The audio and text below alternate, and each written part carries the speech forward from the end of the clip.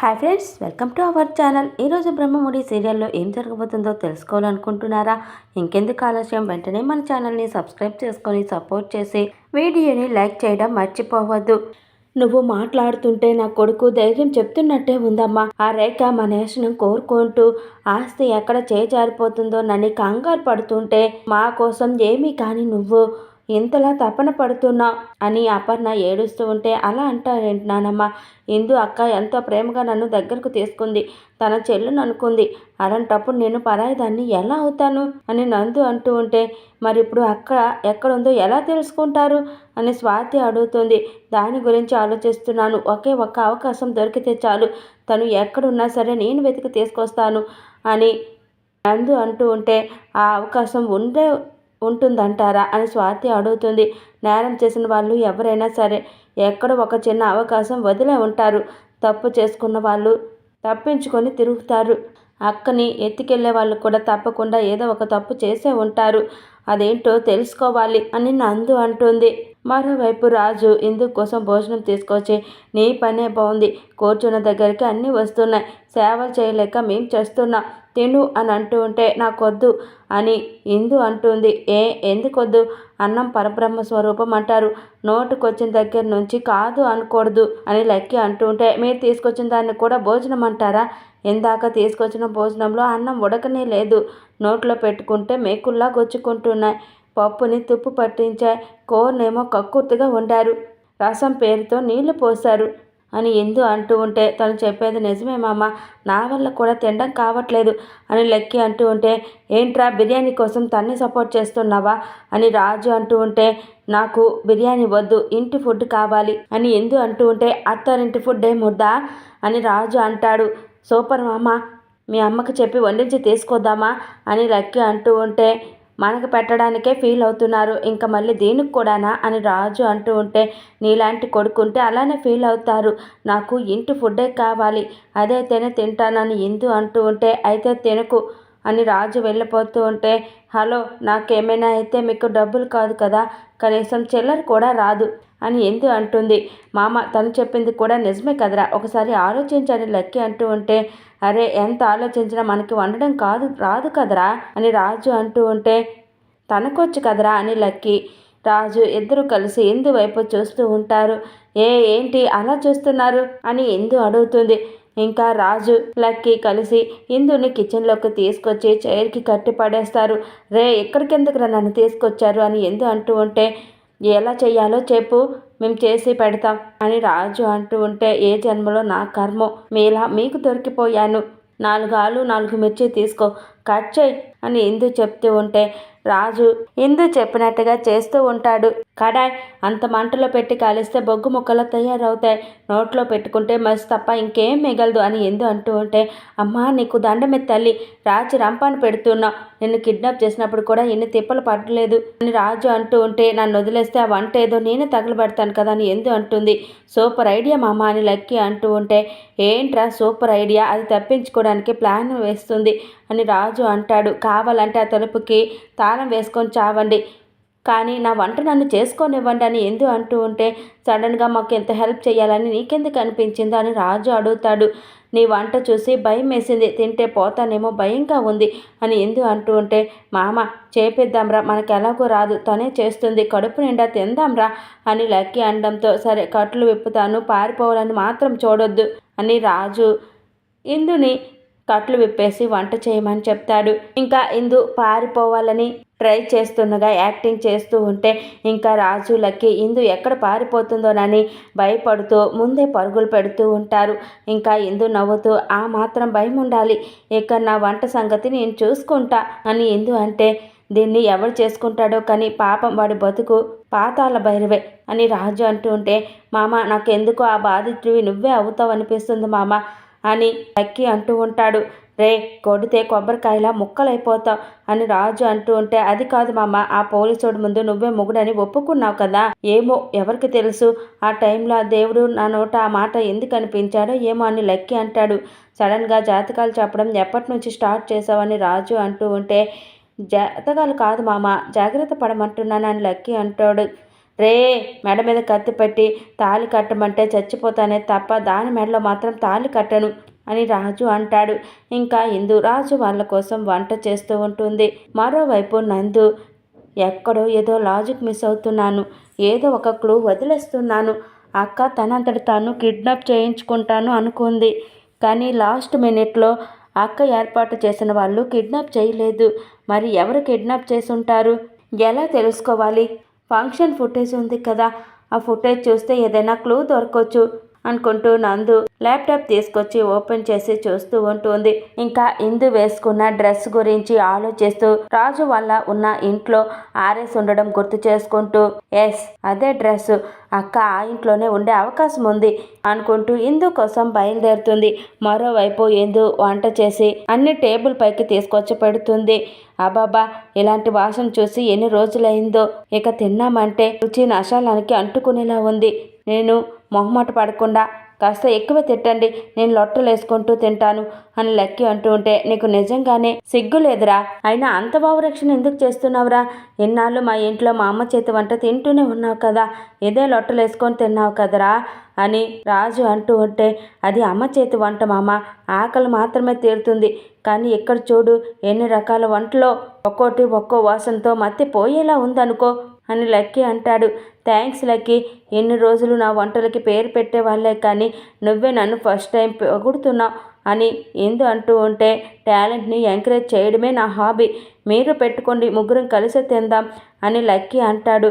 చాలాసేపు కిచెన్లో నిలబడి చేశాను కదా, నేను తర్వాత తింటాను, ముందు మీరు తినండి అని ఎందు అంటూ ఉంటే మీ ఇష్టం, నాకు మాత్రం ఆకలి దంచేస్తుంది, నేను తినేస్తాను, అయినా ఈ వంటలు తినాలంటే అదృష్టం చేసుకొని ఉండాలి అని లక్కీ తింటూ ఉంటే అదృష్టం సంగతి తర్వాత, ముందు నువ్వు ప్రాణాలతో ఉండాలి కదా అని రాజు అనడంతో లక్కీ తినకుండా అదేంటి మామ పొసుకున అంత మాట అనేసావు అని షాక్ అవుతూ ఉంటాడు.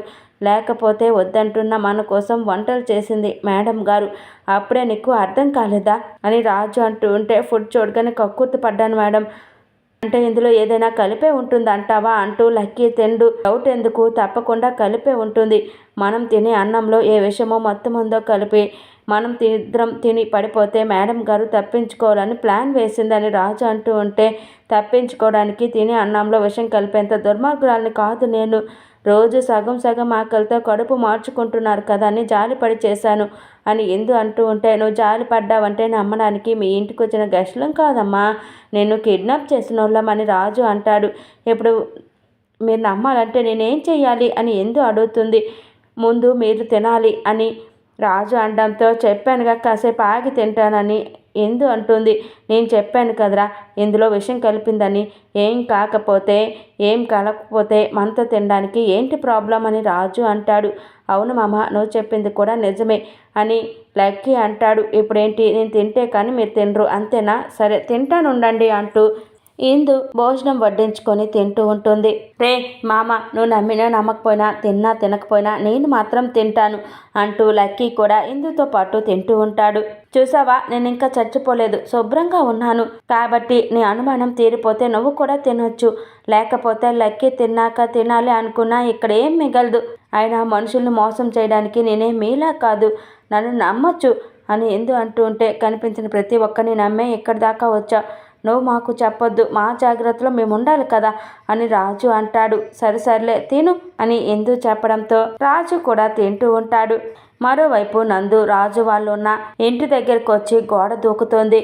ఇందు రాజు లక్కీ కలిసి భోజనం చేయడం నందు చూసి షాక్ అవుతూ అక్కేంటి వీళ్ళతో కలిసి భోజనం చేస్తుంది, బెదిరించి తినిపిస్తుంటారు, ఎలా అయినా అక్కతో మాట్లాడాలి అని అనుకుంటుంది. ఏంటి మంచి ఫుడ్ పెట్టినందుకు థ్యాంక్స్ ఎక్స్పెక్ట్ చేస్తున్నావా అని రాజు అంటూ ఉంటే అన్నం పెట్టి థ్యాంక్స్ ఎక్స్పెక్ట్ చేసినంత చీప్ క్యారెక్టర్ కాదు అని ఎందు అంటూ ఉంటే ఇప్పుడు నేను చెప్తానులే థ్యాంక్స్ అని రాజు అంటాడు. మీకు థ్యాంక్స్, నన్ను అలా చైర్లో కట్టేసి పడేయకుండా ఫ్రీగా వదిలేశారు కదా అందుకని అని ఎందు అంటూ ఉంటే తినడం అయిపోయిందా, చేయి కడుక్కొని లోపలికి వెళ్ళు అని రాజు అంటాడు. నేను మీకోసమేం కూర్చోలేదు, అందరం కలిసి తిన్నాం కదా, అందరం కలిసి లేవాలి, అది సాంప్రదాయం, మీకేమైనా అవసరం లేదేమో కానీ ఎప్పటికైనా నేర్చుకోండి అని ఎందు అంటూ ఉంటే తిండమయ్యిందా? పద లే రామ్మ సాంప్రదాయని అంటూ రాజు ముగ్గురు తిన్న ప్లేట్లను తీసేస్తాడు. మరోవైపు భ్రమరాంబ, రేఖ అర్జెంటుగా ఏదైనా ఒక వంట మనిషిని పనిలో పెట్టు. ఈ పోలీసులు కిడ్నాపర్స్ని పట్టుకుంటారో లేదో తెలియదు, కానీ వాళ్ళకి సేవలు చేయలేక చచ్చిపోతున్నానంటే నీ వంటలు తినలేక వాళ్ళు కదా చావాల్సింది అని శేషు అంటూ ఉంటాడు. కాసేపు మీ గొడవల్ని పక్కన పెట్టండి పిన్ని, అసలు ఇందు ఎక్కడుందో తెలియక టెన్షన్ పడుతుంది ఆంటీ అని ఐషు అంటూ ఉంటే, ఆ ఇందు 3 పూట్ల వంట చేస్తుంటే శుభ్రంగా తింటూ గుర్తుపట్టలేదు, కానీ ఇప్పుడు ఆ వంటలన్నీ చేయలేక నా వంట నేను తినలేక మొహం మొత్తేస్తుందని భ్రమరాంబ అంటుంది. పోన్లే, కనీసం ఎలా అయినా ఇందు గొప్పతనం తెలుసుకున్నావు అని శేషు అంటూ ఉంటే, 24 గంటలు పక్క వాళ్ళని సపోర్ట్ చేస్తూ నన్ను కాల్చుకొని తింటారేంటి? ఇంతకీ మీరు నా మొగుడేనా అని భ్రమరాంబ అడుగుతుంది. పెళ్ళయి ఒక కూతురు పెళ్ళిడికి వచ్చిన తర్వాత కూడా నేను మొగుడునా కాదా అని ప్రశ్నిస్తే సమాజం నిన్నే తప్పు పడుతుందని శేషు అంటాడు. బాబాయ్, మీ గోల కాసేపు ఆపండి ఆంటీ, ఈ పోలీసులు నమ్ముకొని ప్రయోజనం లేదు, మీరే ఏదో ఒకటి చెయ్యాలని ఐషు అంటూ ఉంటే, నేనేం చేస్తాను? కిడ్నాప్ చేసి తన్ని ఎక్కడ దాచిపెట్టారు నాకేం తెలుసు అని రేఖ అంటూ ఉంటే, చాలా సులువుగా చెప్పేసావు ఐశ్వర్య. వాళ్ళు అడిగింది 10 లక్షలు 20 లక్షలు కాదు, ₹1,00,00,000. ఇప్పుడు మన దగ్గర అంత డబ్బు ఎక్కడుంది అని భూషణ్ అడుగుతాడు. అప్పు చేస్తామో తప్పు చేస్తామో ముందు ఆ ఇందుని విడిపిస్తేనే కదా మనకి డబ్బులు వచ్చేదని ఐషు అంటుంది. ఇప్పుడు అంత డబ్బులు తీసుకురావడం అంటే ఎడారిలో నీళ్ళ కోసం వెతకడమే. మనల్ని నమ్మి అంత డబ్బు ఎవరిస్తారు అని శేషు అంటూ ఉంటే, ఇంకా ఇంతలో అక్కడికి చక్రి వస్తాడు. అనుకుంటూనే ఉన్నాం, వీడు తప్పకుండా మనల్ని వెతుక్కుంటూ ఇంట్లోకి వచ్చేస్తాడని, ఎందుకు కిడ్నాప్ అయిందని వీడికి కూడా తెలుసు కాబట్టి మొత్తం డబ్బులు ఇమ్మని కూర్చుంటాడేమో రేఖ అని భూషణ్ అంటూ ఉంటే, ముష్టోళ్ళ దగ్గర ముష్టెత్తితే చిల్లర కూడా రాదని తెలియకొస్తున్నాడు పాపం అని శేషు అంటాడు. సో ఇందు కిడ్నాప్ అయింది, ఎవరు ఎత్తుకెళ్లారో ఎప్పుడు తిరిగి వస్తుందో మీకు తెలియదు కాబట్టి ఇప్పుడులో మీకు డబ్బు రాదు అని చక్రి అంటూ ఉంటే, థ్యాంక్స్ చక్రి, మా పొజిషన్ని బాగా అర్థం చేసుకున్నావని భూషణ్ అంటూ ఉంటే, నేను అర్థం చేసుకోవడానికి రాలేదు, నా డబ్బులు నేను అడగడానికి వచ్చాను అని చక్రి అంటాడు. ఎందు రాకుండా మాకు డబ్బులు ఎలా వస్తాయి చక్రి అని భూషణ్ అడుగుతూ ఉంటే, ఎప్పటి వరకు మీరు ఎలాంటి కథలు చెప్తూ వచ్చారు, ఇప్పుడు మీ స్టోరీలు వినడానికి నేను రెడీగా లేను, నా డబ్బులు నాకు కావాల్సిందని చక్రి అంటూ ఉంటే, చూడు చక్రి అని రేఖ అంటూ ఉంటే, చూడు రేఖ, నువ్వు ఏం మాట్లాడాలనుకున్నా నా డబ్బులు ఎలా ఇస్తావన్నదే మాట్లాడు, టైం ఇస్తే కోట్లు కలిసి వస్తాయి, కాంట్రాక్ట్లు కొమ్మరిస్తాను అంటూ ఆశలు పెట్టడానికి మాత్రం ట్రై చేయొద్దు, అలాంటి వినడానికి నేను రెడీగా లేను అని అంటూ ఉంటే, నేను అర్థం చేసుకోగలను, ఇచ్చిన మాటను నిలబెట్టుకోలేకపోయాను కాబట్టి నా మీద నీకు నమ్మకం పోయి ఉండొచ్చు అని రేఖ అంటుంది. అందులో అనుమానం ఏమీ లేదు, నమ్మకం ఆల్రెడీ పోయింది అని చక్రి అంటూ ఉంటే, కాసేపు నమ్మకం డబ్బు గురించి పక్కన పెట్టు, మా ముందున్న ప్రాబ్లం ఏంటో నీకు బాగా తెలుసు, నువ్వు గొడవ చేసినా సరే ఎప్పటికిప్పుడు నీ అప్పు మొత్తం తీర్చడం ఇంపాసిబుల్, నేను మాట తప్పాను కాబట్టి నా మీద కేసు వేసి నన్ను కోర్టుకు లాగొచ్చు, దానివల్ల నీ టైంతో పాటు నా టైం కూడా వేస్ట్ చేసింది అవుతుంది తప్ప నీకు ఎలాంటి ప్రయోజనం ఉండదని రేఖ అంటుంది. పైగా కోర్టు ఖర్చులు కూడా బొక్క అని శేషు అంటూ ఉంటే, అదే నేను చెప్పినట్టు చేస్తే వారం రోజుల్లో నీ డబ్బులు నీకు వచ్చేస్తాయి, ఆ తర్వాత నాతో కలిసి బిజినెస్ చెయ్యాలా వద్దనేది నీ ఇష్టం అని రేఖ అంటూ ఉంటే, చక్రి ఆలోచిస్తూ ఉంటాడు. ఇందుని ఎత్తుకెళ్ళిన వాళ్ళు ₹1,00,00,000 డిమాండ్ చేస్తున్నారు, ఆ డబ్బు కనుక నేను వాళ్ళకి ఇచ్చేస్తే ఇందు తిరిగి వచ్చేస్తుంది, ఒక్కసారి తను సంతకం పెట్టిందంటే నేనేం చేయగలను నీకు బాగా తెలుసు, ఇప్పుడు చెప్పు ఏం చేద్దాం అని రేఖ అంటూ ఉంటే, ఇంకా చక్రి నవ్వుతూ చప్పట్లు కొడుతూ ఉంటాడు. దేనికా నవ్వు అని రేఖ అడుగుతూ ఉంటే, నా ఫేస్ మీద జోకర్ అని ఏమైనా రాసుందా, లేక నువ్వు ఆడిస్తున్నట్టు ఆడే పప్పెట్ని అనుకున్నావా, ఇప్పుడు నువ్వు ఉన్న సిచ్యువేషన్లో కనీసం నేను నమ్మి 10 లక్షలు కూడా మార్కెట్లో డబ్బు పుట్టదు, అలాంటిది ₹1,00,00,000 ఇస్తానని ఎలా అనుకున్నావు అని చక్రి అంటూ ఉంటే, నువ్విస్తావు, ఎందుకంటే ఇక్కడ జరుగుతుందేంటో నీకు బాగా తెలుసు, ఇందు తిరిగి వస్తే నాకు తప్పకుండా డబ్బులు వస్తాయని కూడా నీకు తెలుసు అని రేఖ అంటూ ఉంటే, కానీ ఈసారి మాత్రం నేను ఫ్రీగా ఇవ్వడానికి రెడీగా లేను అని చక్రి అంటాడు. ఏం చెయ్యాలో చెప్పు, ఆ ఇందుని తీసుకురావడానికి నేనేం చెయ్యాలో చెప్పు అని రేఖ అడుగుతూ ఉంటే, ఏముంది, మీ ఇంట్లో మగవాళ్ళ కంటే ఆడవాళ్ళ సంఖ్య చాలా ఎక్కువగా ఉంది, ఎప్పటి వరకు మీరు దాచిపెట్టుకున్న నగలన్నీ తీసుకొచ్చి నా ముందు పెట్టండి, దానికి ఎంత డబ్బు ఇవ్వాలో నేను డిసైడ్ చేస్తాను అని చక్రి అనడంతో, ఏంటి మా ఒంటి మీద ఉన్న నగలు ఇవ్వాలా అని భ్రమరాంబ అడుగుతుంది. అవి ఇచ్చినా సరిపోదు భ్రమరాంబ గారు, లోపల దాచిపెట్టుకున్న నగలు కూడా తీసుకురావాలి. బాగా ఆలోచించుకోండి. ఆల్రెడీ ఇందు కిడ్నాప్ అయిందని బర్త్డే పార్టీలో అందరికీ తెలిసిపోయింది. ఇప్పుడు నేను వెళ్ళి నగలు బ్యాంకులో తాకట్టు పెడితే మీరు దివాలా తీయడానికి సిద్ధంగా ఉన్నారని మీ కంపెనీలో పుకార్లు మొదలవుతాయి. అది మీకే డేంజర్ అని చక్రి అంటూ ఉంటాడు. ఇంకా తర్వాత ఎపిసోడ్లో నందు ఇందుని తీసుకువెళ్ళాలని ప్రయత్నిస్తూ ఉంటే, నేను రాలేను, అక్కడికి వెళ్తే నేను అనుకున్నది ఏది సాధించలేను, కానీ నా టెన్షన్ అంతా నానమ్మ తాతయ్య గురించే అని ఎందు అంటూ ఉంటే, నువ్వు అనుకున్న పని సక్సెస్ఫుల్గా పూర్తి చేయి, వాళ్ళని సేఫ్గా చూసుకునే బాధ్యత నాది అని నందు ఇందుకి మాటిస్తుంది. మరోవైపు రేఖ ఇందు రావాలంటే మనకు 1 crore కావాలి అని అంటూ ఉంటే, కానీ మీరు ఇచ్చిన నగల వాల్యూ 50 లక్షలు మాత్రమే అని చక్రి అంటూ ఉంటాడు. ఇంకా రేఖ భ్రమరాంబ అపర్ణ దగ్గరికి వచ్చి, మీరు దాచిపెట్టిన నగలు తీసుకురండి అని అడుగుతూ ఉంటే, మా దగ్గర ఎలాంటి నగలు లేవు అని అపర్ణ అంటుంది. ఇలా అడుక్కోవాల్సిన అవసరం మనకేంటి రేఖ, లాక్కుపోతే సరిపోతుంది అంటూ భ్రమరాంబ దౌర్జన్యం చేస్తూ ఉంటుంది. ఏ గాజులు తీయు అంటూ అపర్ణ చేతుకున్న గాజులు లాక్కోబోతూ ఉంటే, వదులు అంటూ అపర్ణ